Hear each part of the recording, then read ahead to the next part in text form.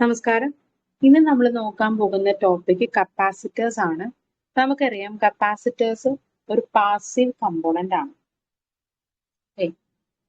It is a device used to store a static electric charge in an electric field. നമുക്കറിയാം storing പർപ്പസിന് വേണ്ടിയിട്ടാണ് നമ്മൾ capacitors use ചെയ്യുന്നത് അല്ലെ. ചാർജ് സ്റ്റോർ ചെയ്യാം. നമുക്ക് ആവശ്യമായ സമയങ്ങളിൽ നമുക്കത് ഡിസ്ചാർജ് ചെയ്യുകയും ചെയ്യാം അല്ലെ. അതായത് it is like A battery അല്ലെ. സ്റ്റോർ ചെയ്യുകയും ഡിസ്ചാർജ് ചെയ്യുകയും നമുക്ക് ചെയ്യാൻ സാധിക്കും. അപ്പൊ ഇതിന്റെ ഒരു കൺസ്ട്രക്ഷൻ എന്ന് പറയുന്നത് അറ്റ്ലീസ്റ്റ് 2 ഇലക്ട്രിക് കണ്ടക്ടേഴ്സിന്റെ ആവശ്യമുണ്ട് ഇതിൽ. ഓക്കെ. ആൻഡ് ഈ കണ്ടക്ടിങ് പ്ലേറ്റ്സിന് ഇടയിൽ ഒരു ഇൻസുലേഷൻ മെറ്റീരിയലും ഉണ്ട്. അതായത് 2 plates separated by an insulating material called dielectric. Okay. അപ്പം നടുക്ക് വരുന്ന സെപ്പറേറ്റിംഗ് ആയിട്ടുള്ള മെറ്റീരിയൽ എന്ന് പറയുന്നത് ഇൻസുലേറ്റേഴ്സ് ആണ്, അല്ലെങ്കിൽ അതിനെ നമ്മൾ ഡൈഇലക്ട്രിക് എന്ന് പറയും. ഓക്കെ. അപ്പൊ ഈ ഫിഗറിൽ നോക്കുമ്പോൾ നിങ്ങൾക്കറിയാം 2 കണ്ടക്ടിങ് പ്ലേറ്റ്സ് ഉണ്ട്. അതിന് നടുവിൽ ഒരു ഡൈഇലക്ട്രിക്കും പ്ലേസ് ചെയ്തിരിക്കുകയാണ്. അപ്പോൾ ഇങ്ങനെ 2 കണ്ടക്ടിങ് പ്ലേറ്റ് വെക്കുമ്പോൾ അതിന്റെ ഒരു എക്രോസ് ഉള്ള ഒരു പൊട്ടൻഷ്യൽ ഡിഫറൻസ് വരുന്നത് കാരണം ഒരു പ്ലേറ്റ് പോസിറ്റീവ്ലി ചാർജ് ആകുകയും മറ്റു പ്ലേറ്റ് നെഗറ്റീവ്ലി ചാർജ് ആകുകയും ചെയ്യും. അപ്പോൾ ഒരു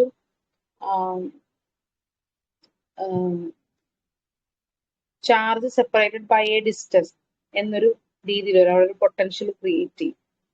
അപ്പോൾ അങ്ങനെയാണ് ഇത് ചാർജിങ് ഡിസ്ചാർജിങ്, അതായത് ഒരു കപ്പാസിറ്റർ ആയിട്ട് ആക്ട് ചെയ്യുന്നത്. അപ്പോൾ ഈ കണ്ടക്ടേഴ്സ് ആയിട്ട് നമ്മൾ യൂസ് ചെയ്യുന്നത് തിൻ ഫിലിംസ്, ഫോയിൽസ്, സിൻഡേർഡ് ബീഡ്സ്, അല്ലെങ്കിൽ കണ്ടക്റ്റീവ് ആയിട്ടുള്ള കുറച്ച് ഇലക്ട്രോലൈറ്റ്സുകളായിരിക്കും നമ്മൾ യൂസ് ചെയ്യുന്നത്. അപ്പോൾ ഈ പ്ലേറ്റ്സ് മെയിൻലി നമ്മൾ കൺസ്ട്രക്ട് ചെയ്യുന്ന മെറ്റീരിയൽസ് എന്ന് പറയുന്നത് അലൂമിനിയം, ബ്രാസ് അല്ലെങ്കിൽ കോപ്പർ കൊണ്ടാണ് നമ്മൾ കണ്ടക്റ്റീവ് പ്ലേറ്റ്സ് ഉണ്ടാക്കുന്നത്. ഇനി നമ്മൾ സെന്ററിൽ വരുന്ന പോർഷൻ എന്ന് പറയുന്നത് ഡൈഇലക്ട്രിക് ആണെന്ന് പറഞ്ഞു, അതായത് നോൺ കണ്ടക്ടിങ് ആണ്, ഇൻസുലേറ്റേഴ്സ് ആണെന്ന് പറഞ്ഞു. ഈ ഇൻസുലേറ്റേഴ്സ് ആണ് ആ കപ്പാസിറ്റേഴ്സിന്റെ ചാർജിങ് കപ്പാസിറ്റി നിശ്ചയിക്കുന്നത്. അപ്പോൾ ഈ ഡൈഇലക്ട്രിക് എന്ന് പറയുന്നത് ഗ്ലാസ് ആവാം, ceramic, plastic film, air, vacuum, paper, mica, oxide layer, എന്ത് വേണമെങ്കിലും ആവാം. ഇൻസുലേറ്റഡ് ആയിട്ടുള്ള മെറ്റീരിയൽസ് എന്ത് വേണമെങ്കിലും ആവാം. ഓക്കെ. അപ്പൊ ഈ കപ്പാസിറ്റേഴ്സ് എന്ന് പറയുന്നത് എ സിക്ക് ലോവർ ഇമ്പിഡൻസും ഡി സി സർക്യൂട്ട്സിൽ ഹൈ ഇമ്പിഡൻസും ആണ് കാണിക്കുന്നത്. ഓക്കെ. അതുകൊണ്ട് തന്നെ കപ്പാസിറ്റേഴ്സ് എ സിയെ കടത്തിവിടും, ഡി സിയെ ബ്ലോക്ക് ചെയ്യും. നമ്മളിത് ചെറിയ ക്ലാസ്സുകൾ മുതൽ പഠിച്ചിട്ടുള്ള കാര്യമാണ്. Capacitors allow A C and blocks D C എന്നുള്ളത്. ഇനി ഈ കപ്പാസിറ്റേഴ്സ് നമ്മൾ മെയിൻലി യൂസ് ചെയ്യുന്നത് സിഗ്നൽ ജനറേഷൻ, ട്യൂണിങ്, ഫിൽറ്ററിങ് ആപ്ലിക്കേഷൻസിനൊക്കെയാണ് നമ്മൾ കപ്പാസിറ്റർ യൂസ് ചെയ്യുന്നത്. ഇതിന് 0 പവർ ഡെസിപ്പേഷൻ ഫാക്ടർ ആയിരിക്കും. Okay.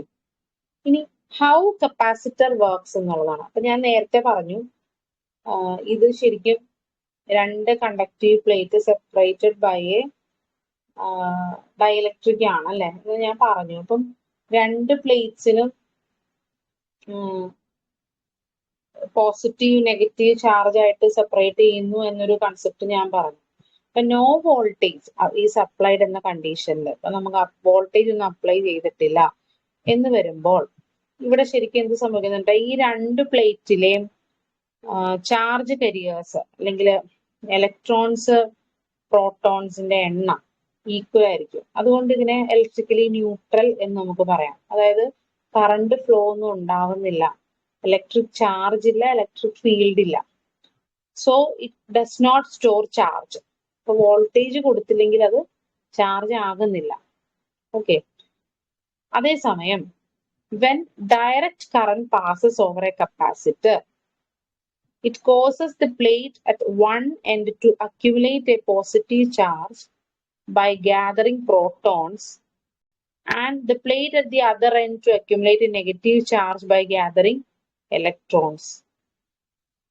Okay, in this way the capacitor is similar to a battery with a positive and a negative end. അപ്പോൾ നമ്മൾ എന്താ പറയുന്നത്, ഈ കപ്പാസിറ്ററിൽ നമ്മൾ DC വോൾട്ട് അപ്ലൈ ചെയ്യുമ്പോൾ വോൾട്ടേജ് അപ്ലൈ ചെയ്യുമ്പോൾ സ്വാഭാവികമായിട്ടും ഒരു ഇലക്ട്രോൺ ഫ്ലോ ഉണ്ടാവും അല്ലെ. അപ്പോൾ ഒരു പ്ലേറ്റിന് പോസിറ്റീവ്ലി ചാർജും മറ്റു പ്ലേറ്റ് നെഗറ്റീവ് ചാർജുമായിട്ട് സെപ്പറേറ്റ് ആവുകയാണ്, ഒരു ഡിസ്റ്റൻസ് വെച്ച് സെപ്പറേറ്റ് ആവുക. അപ്പോൾ എന്ത് സംഭവിക്കുന്നു, സ്വാഭാവികമായിട്ടും അവിടെ ഒരു പൊട്ടൻഷ്യൽ ഡിഫറൻസ് ക്രിയേറ്റ് ചെയ്യുന്നു. ഈ പൊട്ടൻഷ്യൽ ഡിഫറൻസ് കാരണം അവിടെ നമുക്ക് ചാർജ് ചെയ്യാനും ഡിസ്ചാർജ് ചെയ്യാവുന്ന ഒരു പ്രോസസ്സ് പോസിബിൾ ആവുകയാണ്. ഓക്കെ, ഇനി charge on capacitor. The amount of charge Q a capacitor can store depends on two major factors. One, voltage applied. Two, capacitor's physical characteristics, അതായത് such as size.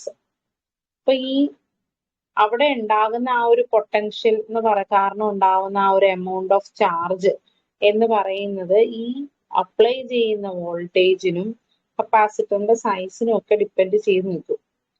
അപ്പൊ ഈ parallel plates, അതായത് plate നമ്മൾ parallel ആയിട്ടാണ് ഇരിക്കുന്നത്, അതുകൊണ്ട് നമ്മൾ parallel plate capacitor എന്ന് പറയും.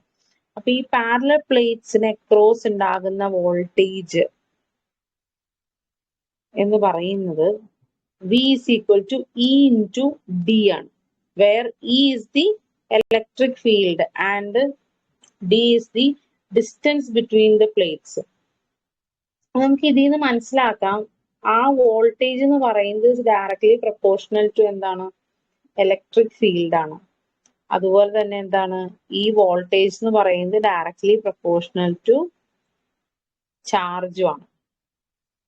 ഓക്കെ, അപ്പം എന്ത് സംഭവിക്കും, വോൾട്ടേജ് കൂടുന്നതനുസരിച്ച് അവിടെ അക്യുമുലേറ്റ് ചെയ്യുന്ന ചാർജ് അല്ലെങ്കിൽ സ്റ്റോർ ചെയ്യുന്ന ചാർജും കൂടുതലായിരിക്കും. ഓക്കെ, അപ്പൊ ഇതിൽ നമുക്ക് എന്താണ് ഈ വി ക്യു സി എന്ന് പറയുന്ന റിലേഷൻ നമുക്ക് ഉണ്ടാക്കിയെടുക്കാൻ സാധിക്കും. അപ്പൊ ഈ കപ്പാസിറ്ററിനെ റെപ്രസെന്റ് ചെയ്യുന്ന പാരാമീറ്റർ ആണ് കപ്പാസിറ്റൻസ്, അതായത് ability of a capacitor to store electric charge. ഇതിനാണ് കപ്പാസിറ്റൻസ് എന്ന് പറയുന്നത്.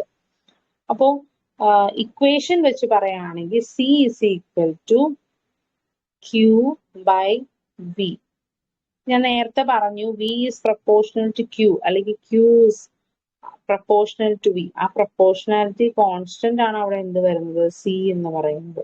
നമ്മൾ കപ്പാസിറ്റൻസ് എന്ന് പറയുന്നു. അതുകൊണ്ട് തന്നെ നമുക്ക് കപ്പാസിറ്റൻസിന്റെ ഡെഫിനിഷൻ പറയാം, ratio of magnitude of charge on either conductor to the magnitude of potential difference between the conductors. Okay, the capacitance is always a positive quantity. ഓർത്ത് വെക്കുക, പോസിറ്റീവ് ക്വാണ്ടിറ്റീസ് ആണ്. ചാർജും ഒരു പോസിറ്റീവ് ക്വാണ്ടിറ്റി ആയിരിക്കും, പൊട്ടൻഷ്യൽ ഡിഫറൻസും ഒരു positive quantity ആയിരിക്കും. ഇതൊരു linear increasing ക്യാര ആയിരിക്കും ഈ കപ്പാസിറ്റൻസിനുള്ളത്. Okay, SI unit of capacitance എന്ന് പറയുന്നത് ഫാരഡ് ആണ്. 1 farad is 1 coulomb of charge stored per 1 volt. ഇത് എക്സാമിന് ചോദിച്ചിട്ടുള്ളതാണ്. SI യൂണിറ്റും 1 farad എന്ന് പറയുന്നതിന്റെ എക്സ്പ്രഷനും ചോദിച്ചിട്ടുള്ളതാണ്. Okay, next parallel plate capacitor. അപ്പൊ നമ്മൾ നേരത്തെ സി എന്ന് പറയുന്നത് ക്യൂ ബൈ വി എന്നൊരു എക്സ്പ്രഷൻ പറയുന്നത് പോലെ തന്നെ മറ്റൊരു എക്സ്പ്രഷൻ ആണ് എന്തിനെ ബേസ് ചെയ്തിട്ട്, പ്ലേറ്റ്സിനെ ബേസ് ചെയ്തിട്ടുള്ളത്. അതായത് നമ്മൾ നേരത്തെ പറഞ്ഞു രണ്ട് കണ്ടക്ടിങ് പ്ലേറ്റ്സിനിടയിൽ ഒരു ഇൻസുലേഷൻ മെറ്റീരിയൽ എന്ന് നമ്മൾ പറയുന്നുണ്ട്. അപ്പൊ ഇവിടെ നമ്മൾ പാരലൽ പ്ലേറ്റ് കപ്പാസിറ്ററിനെ കുറിച്ച് പറയുകയാണ്. പാരലൽ പ്ലേറ്റ് കപ്പാസിറ്റേഴ്സിനെ കുറിച്ച് പറയുകയാണ്. 2 parallel metal plates of equal area are separated by a distance d. One plate carries a charge q and the other carries a charge minus q. Okay, രണ്ട് പ്ലേറ്റ്സുകൾ positively negatively charge ആയിട്ടുള്ള രണ്ട് plates d ഡിസ്റ്റൻസിൽ separate ചെയ്ത് വെച്ചിരിക്കുകയാണ്. അപ്പോൾ ഈ പ്ലേറ്റ്സിന് equal area ആണ്. അങ്ങനെയാണെങ്കിൽ ഇതിന്റെ കപ്പാസിറ്റൻസ് എന്ന് പറയുന്നത് epsilon 0 a by d, where a is the area of one plate in square meters, d is the distance between the plates in meters. And the constant epsilon 0 is the permittivity of free space. Okay. അപ്പൊ ഈ constant പറയുന്നതാണ് epsilon എന്ന് നമ്മൾ പറയുന്നത്. അതിന് permittivity of free space എന്ന് പറയും. ഇതിന്റെ വാല്യൂ വരുന്നത് 8.85 into 10⁻⁻12 farad per meter. അപ്പൊ ഈ വാല്യൂവും അതിന്റെ യൂണിറ്റും എല്ലാം ഓർത്ത് വെക്കുക. ഈ ഫാരഡ് പെർ മീറ്റർ എന്ന് പറയുന്നത് coulomb square per newton metre square ഇതിന് ഈക്വലന്റ് ആണ്. Okay, next capacitor with dielectric. നമ്മൾ നേരത്തെ പറഞ്ഞ ഈ പാരലൽ പ്ലേറ്റ് കപ്പാസിറ്ററിൽ രണ്ട് പ്ലേറ്റ് ജസ്റ്റ് സെപ്പറേറ്റ് ചെയ്ത് വെച്ചിരിക്കുന്നു എന്നാണ് നമ്മൾ പറഞ്ഞത് അല്ലെ. അപ്പൊ അതിന്റെ ഇടയിൽ ഡൈഇലക്ട്രിക് എന്താന്ന് നമ്മൾ പറഞ്ഞിട്ടില്ല. അതിനർത്ഥം എന്താണ്? ഡൈഇലക്ട്രിക് അവിടെ വന്നിരിക്കുന്നത് ഫ്രീ സ്പേസ് ആണ്, അതായത് എയർ ആണ്. അപ്പൊ അവിടുത്തെ ഡൈഇലക്ട്രിക് എന്ന് പറയുന്നത്. ഓക്കെ, ഇനി നമ്മൾ ഈ എയറിന് പകരം അതുകൊണ്ടാണ് നമ്മൾ epsilon 0 permittivity of free space എന്ന് പറഞ്ഞത്. ഇനി ഈ എയറിന് പകരം നമ്മളൊരു ഡൈഇലക്ട്രിക് മെറ്റീരിയൽ വെക്കുകയാണെങ്കിൽ അവിടെ എപ്സിലോൺ 0ക്ക് പകരം നമ്മൾ റെപ്രസെന്റ് ചെയ്യുന്ന ഒരു കോൺസ്റ്റന്റ് ആണ് കെ, ഡൈഇലക്ട്രിക് കോൺസ്റ്റന്റ്. അതെന്ന് പറയുന്നത് എപ്സിലോൺ ആർ റിലേറ്റീവ് പെർമിറ്റിവിറ്റി എന്നൊരു വാല്യൂവിന് ഈക്വൽ ആണ്. റിലേറ്റീവ് പെർമിറ്റിവിറ്റി എന്ന് പറയുന്നത് ratio of absolute permittivity to vacuum permittivity. Vacuum permittivity എന്ന് പറയുന്നത് എന്താണ്? Permittivity of free space. Epsilon എന്ന് പറയുന്നത് absolute permittivity, epsilon 0 vacuum permittivity, epsilon R relative permittivity, K dielectric constant. അപ്പൊ ഓർക്കുക, നമ്മൾ ഒരു ഡൈഇലക്ട്രിക് മെറ്റീരിയൽ ഇതിനിടയിൽ കൊണ്ടുവരുമ്പോൾ എന്ത് സംഭവിക്കും? ആ കെ എന്ന് പറയുന്ന അല്ലെങ്കിൽ എപ്സിലോൺ ആർ എന്ന് പറയുന്ന വാല്യൂ അവിടെ കപ്പാസിറ്റൻസിന്റെ കൂടെ മൾട്ടിപ്ലൈ ആവുകയാണ് ചെയ്യുന്നത്. അപ്പോ അതിനർത്ഥം എന്താണ്? ഡൈഇലക്ട്രിക് ഇൻട്രൊഡ്യൂസ് ചെയ്യുമ്പോൾ കപ്പാസിറ്റൻസ് കൂടും. അപ്പോ അങ്ങനെ വരുമ്പോൾ നമുക്ക് എക്സാമിന് മനസ്സിലാക്കേണ്ട കുറച്ച് കാര്യങ്ങളാണ്. ഡൈഇലക്ട്രിക് കോൺസ്റ്റന്റ് എന്ന് പറയുന്ന ആ ഒരു പാരാമീറ്റർ മെറ്റീരിയൽ മാറുന്നതനുസരിച്ച് അതിന്റെ വാല്യൂ മാറും. ഓക്കെ, അതായത് എന്താണ് ഡൈഇലക്ട്രിക് കോൺസ്റ്റന്റ് ചോദിക്കുകയാണെങ്കിൽ ഈ ഇൻസുലേറ്റർ അല്ലെങ്കിൽ ഇൻസുലേറ്റിംഗ് മെറ്റീരിയൽസിന്റെ ability to store electric charge. Okay, അപ്പം ഇത് റിലേറ്റീവ് പെർമിറ്റിവിറ്റി എന്ന് പറയുന്ന പാരാമീറ്ററിനോടും ഈക്വലന്റ് ആണ്. ഈ ടേബിൾ നോക്കിയാൽ അറിയാം മെറ്റീരിയൽസും അതിന്റെ ഡൈഇലക്ട്രിക് കോൺസ്റ്റൻസും ഒക്കെ നമ്മൾ കൊടുത്തിട്ടുണ്ട്. വാക്വം ആണെങ്കിൽ 1 ആണ്, എയർ 1, പാരാഫിൻ 2.2, പോളിസ്റ്ററിൻ 2.6, പ്ലാസ്റ്റിക് അല്ലെങ്കിൽ vinyl 2 to 4, paper 3.7, quartz 4.3, oil 4, glass 5, rubber 6.7, porcelain 6 to 8, mica 7, water 80, strontium titanate 300. നമുക്ക് കുറച്ച് എക്സാമ്പിൾസ് ഇവിടെ കൊടുത്തിട്ടുള്ളൂ. അപ്പൊ എക്സാംസിന് പൊതുവെ ചോദിക്കാറുണ്ട്, ഡൈഇലക്ട്രിക് കോൺസ്റ്റൻസിന്റെ വാല്യൂ ചോദിച്ച് കണ്ടിട്ടുണ്ട്. അപ്പം ഇത് ഒന്ന് ബൈ ഹാർട്ട് ചെയ്യാൻ ശ്രമിക്കുക. Next, energy stored in the capacitor. ഈ കപ്പാസിറ്ററിൽ സ്റ്റോർ ചെയ്യുന്ന എനർജി എന്ന് പറയുന്നത് പൊട്ടൻഷ്യൽ എനർജിയാണ്. And it is represented by U. It is equal to Q² by 2C is equal to half into QV is equal to half CV square. Problems ചോദിക്കുകയാണെങ്കിൽ ഈ equations ഈ Q C V ഇതിലെ parameters നമുക്ക് അറിയാമെന്നുണ്ടെങ്കിൽ നമുക്ക് energy stored U കണ്ടുപിടിക്കാൻ സാധിക്കും. Next multi parallel plate capacitors. അതായത് നമ്മൾ നേരത്തെ പറഞ്ഞു 2 പ്ലേറ്റ്സിന്റെ വെച്ചിട്ടുള്ള കാര്യങ്ങളാണ് പറഞ്ഞുകൊണ്ടിരുന്നത്. ഇതിപ്പോ പ്ലേറ്റിന്റെ എണ്ണം കൂടുകയാണെന്ന് വിചാരിക്കുക. പ്ലേറ്റിന്റെ പാരാമീറ്റേഴ്സ് എല്ലാം സെയിം ആണ്, അതായത് ഓരോ പ്ലേറ്റിന്റെയും ഏരിയയും തിക്നെസ്സും എല്ലാം ഈക്വൽ ആണ് എന്നുള്ളൊരു കൺസെപ്റ്റ് എടുക്കുകയാണ്. ബട്ട് നമ്പർ ഓഫ് പ്ലേറ്റ്സ് കൂടുകയാണ്. അങ്ങനെ വരുമ്പോൾ കപ്പാസിറ്റൻസ് എന്ന് പറയുന്നത് epsilon 0 epsilon r into a by d into n minus 1 where a is equal to area of each plate, epsilon 0 is equal to relative permittivity of vacuum അല്ലെ, അല്ലെങ്കിൽ permittivity of free space. അപ്പൊ 8.854 into 10⁻⁻12 farad per meter. Epsilon r എന്ന് പറയുന്നത് relative permittivity of dielectric material. d is the distance between plates, n is the number of plates. അപ്പൊ ഇവിടെ ഈ figure നോക്കിയാൽ അറിയാം, പ്ലേറ്റ്സ് സെപ്പറേറ്റ് ചെയ്തിരിക്കുകയാണ്. കുറെ നമ്പേഴ്സ് ഓഫ് പ്ലേറ്റ്സ് സെപ്പറേറ്റ് ചെയ്തിരിക്കുകയാണ്. അപ്പൊ ഓരോ പ്ലേറ്റിനിടയിലും ഒരു ഡയലക്ട്രിക് ഫോം ചെയ്യണ്ടല്ലേ.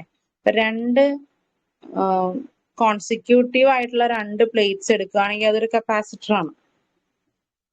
അപ്പൊ അങ്ങനെ നോക്കുമ്പോൾ നമുക്കിപ്പം n പ്ലേറ്റ്സ് ഉണ്ടെങ്കിൽ n-1 കപ്പാസിറ്റേഴ്സ് അവിടെ ഫോം ചെയ്യുന്നുണ്ട്. അതാണ് ആ capacitance multiplied by a factor n-1 അവിടെ ആകുന്നത്. Okay, next capacitor circuit combinations.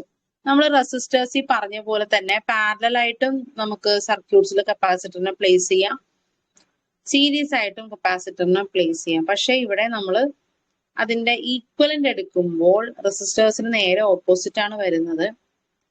അതായത് നമ്മൾ capacitor in parallel circuits consider ചെയ്യുകയാണെങ്കിൽ നമുക്കറിയാം വോൾട്ടേജ് എല്ലാം ഈക്വൽ ആണ്. അപ്പൊ കപ്പാസിറ്റർ എടുക്കുമ്പോൾ വോൾട്ടേജ് ഈക്വൽ ആണ്, ചാർജ് ഡിഫറെന്റ് ആണ്. ഇപ്പൊ ചാർജ് നമുക്കറിയാം കപ്പാസിറ്റൻസ് എന്ന് പറയുന്നത് Q/V ആണ്. അപ്പൊ വോൾട്ടേജ് അവിടെ ഈക്വൽ ആയിട്ട് വരുന്നുണ്ട്, ചാർജ് ഡിഫറെന്റ് ആയിട്ട് വരുന്നുണ്ട്. അപ്പൊ എന്ത് സംഭവിക്കും? C is equal to C1 plus C2 plus C3 plus up to Cn. Addition ആണ് പാരലലിൽ വരുന്നത്. അതേപോലെ സീരീസ് കോമ്പിനേഷൻ വരുമ്പോഴേക്കും അവിടെ എന്താണ് സംഭവിക്കുന്നത് നോക്കൂ. സീരീസിൽ വരുമ്പോ എന്താണ്? വോൾട്ടേജ് ഡിഫറെന്റ് ആണ്, പക്ഷെ ചാർജ് സെയിം ആണ്. അപ്പോ നമുക്ക് 1/C is equal to 1/C1 plus 1/C2 plus 1/C3 plus 1 up to 1/Cn എന്ന് വരുന്നു. റെസിസ്റ്റേഴ്സിന്റെ നേരെ ഓപ്പോസിറ്റ് ആണ് ഇവിടെ നടക്കുന്നത്. ഓക്കെ, ഇനി സ്പെസിഫിക്കേഷൻസ് ഓഫ് കപ്പാസിറ്റർ. നമ്മൾ ഏത് ടൈപ്പ് കപ്പാസിറ്റർ എടുക്കുകയാണെങ്കിൽ അതിന് കുറെ സ്പെസിഫിക്കേഷൻസ് പറയും. അപ്പോൾ അതിൽ ഉൾപ്പെടുന്ന കുറച്ച് പാരാമീറ്റേഴ്സ് ആണിത്. കപ്പാസിറ്റൻസ് വാല്യൂ നമുക്കറിയാം C equal to epsilon 0 a by d അല്ലെങ്കിൽ K into epsilon 0 a by d എന്നൊരു ഫോർമാറ്റിലായിരിക്കും ആ ഒരു വാല്യൂ ഉണ്ടാവുക. ഇനി അടുത്തത് voltage rating, polarity, tolerance, insulation resistance, effective series resistance, power factor, leakage current, dielectric strength, permittivity, frequency range, dielectric absorption, temperature coefficient, stability, breakdown voltage. ഇതൊക്കെയാണ് കപ്പാസിറ്റേഴ്സിന്റെ കുറച്ച് specifications എന്ന് പറയുന്നത്. അപ്പൊ ഇതിന്റെ എന്താണത് ഓരോന്ന് നമുക്ക് നോക്കാം. ചില ടേംസ് ഒക്കെ നമുക്ക് ഫെമിലിയർ ആണ്. പെർമിറ്റിവിറ്റി ഇപ്പൊ ഞാൻ പറഞ്ഞു, ഡയലക്ട്രിക് സ്ട്രെങ്ത് പറഞ്ഞു, അതേപോലെ ഫ്രീക്വൻസി റേഞ്ച്, അതായത് അത് അപ്ലൈ ചെയ്യാൻ പറ്റിയ ഫ്രീക്വൻസി റേഞ്ചസ് ആണ്. അതേപോലെ പൊളാരിറ്റി എന്ന് പറയുന്നത് നിങ്ങൾക്ക് മനസ്സിലാക്കാം. കപ്പാസിറ്റൻസ് വാല്യൂ എന്ന് പറയുന്നതും ഡിപ്പെൻസ് ആണെന്ന് അറിയാം. ഓക്കെ, അപ്പം വോൾട്ടേജ് റേറ്റിംഗ് എന്ന് പറയുന്നത് maximum voltage at which the capacitor can safely handle without breaking down or experiencing electrical breakdown. ഇപ്പൊ കപ്പാസിറ്ററിന് ബ്രേക്ക് ചെയ്യാതെ ഹാൻഡിൽ ചെയ്യാൻ പറ്റിയ മാക്സിമം വോൾട്ടേജ് ആണ് വോൾട്ടേജ് റേറ്റിംഗ് എന്ന് പറയുന്നത്. Okay, and it depends on dielectric strength.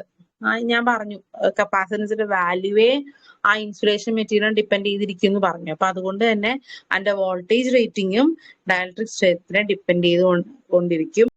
നമുക്കറിയാം വോൾട്ടേജ് റേറ്റിംഗ് എന്ന് പറയുമ്പോൾ അതിന്റെ യൂണിറ്റ് എക്സ്പ്രസ് ചെയ്യുന്നത് വോൾട്ടിലാണ്.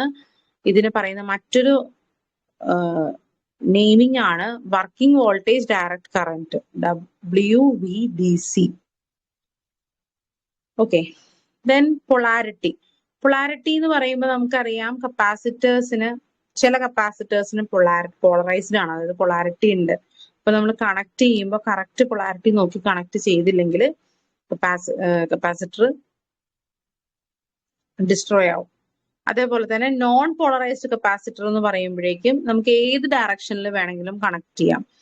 അതേസമയം പോളറൈസ്ഡ് കപ്പാസിറ്റർ ആണെങ്കിൽ പോസിറ്റീവ് സൈഡ് പോസിറ്റീവ് സെല്ലിൽ തന്നെ കൊടുക്കുക, അതേപോലെ നെഗറ്റീവ് സൈഡ് നെഗറ്റീവ് വോൾട്ടേജ് തന്നെ അപ്ലൈ ചെയ്യേണ്ടതാണ്. കുറച്ച് എക്സാമ്പിൾസ് എന്ന് പറയുന്നത് ഇലക്ട്രോലൈറ്റിക് കപ്പാസിറ്റേഴ്സ് തന്നെയാണ് മെയിൻ ആയിട്ട് അതിന്റെ എക്സാമ്പിൾസ് വരുന്നത്. Then tolerance, it is A permissible deviation from the nominal value. അതായത് അതിന്റെ ആക്യുറസി പറയുന്നത് ഈ ടോളറൻസിലാണ്. നമ്മളൊരു റേറ്റഡ് വാല്യൂ, അത് നോമിനൽ വാല്യൂ ഉദ്ദേശിക്കുന്ന റേറ്റഡ് വാല്യൂ, പറഞ്ഞിരിക്കുന്ന റേറ്റഡ് വാല്യൂവിനെക്കാളും എന്തോരം ഡീവിയേഷൻ വന്നിട്ടുണ്ട്, അത് +5 അല്ലെങ്കിൽ -5% ആവാം, +or-10% ആവാം, +or-20% ആവാം. ഇതാണ് കോമൺ ആയിട്ട് വരുന്ന ടോളറൻസ്, ഈ വാല്യൂസ് ആണ്. അപ്പൊ ടൈറ്റർ ടോളറൻസ് ഇൻഡിക്കേറ്റ്സ് ഗ്രേറ്റർ ആക്യുറൻസി. അതായത് ടൈറ്റർ ടോളറൻസ് എന്ന് പറഞ്ഞാൽ തൊട്ടടുത്തുള്ള വാല്യൂസ്, ടോളറൻസ് കുറവാണെങ്കിൽ ആക്യുറസി കൂടുതലായിരിക്കും. അടുത്തൊരു ടേം ആണ് insulation resistance. It is a resistance of a dielectric to DC voltage. അപ്പൊ ഡൈഇലക്ട്രിക് മെറ്റീരിയൽ എന്ന് പറയുന്നത് ഇൻസുലേറ്റർ ആയിട്ടാണ് ആക്ട് ചെയ്യണേന്ന് പറഞ്ഞത്. കറണ്ട് പാസ് ചെയ്യാനായിട്ട് അവിടെ അനുവദിക്കുന്നില്ല, അല്ലെ, സ്റ്റോർ ചെയ്യുക എന്നൊരു സംഭവമാണ് അവിടെ വരുന്നത്. അപ്പോൾ ആ ഡൈഇലക്ട്രിക്കും പറയുന്നത് ഒരു പ്യുവർ റെസിസ്റ്റൻസ് ആയിട്ട് തന്നെയാണ് അവിടെ അപ്പൊ ആക്ട് ചെയ്യുന്നത്.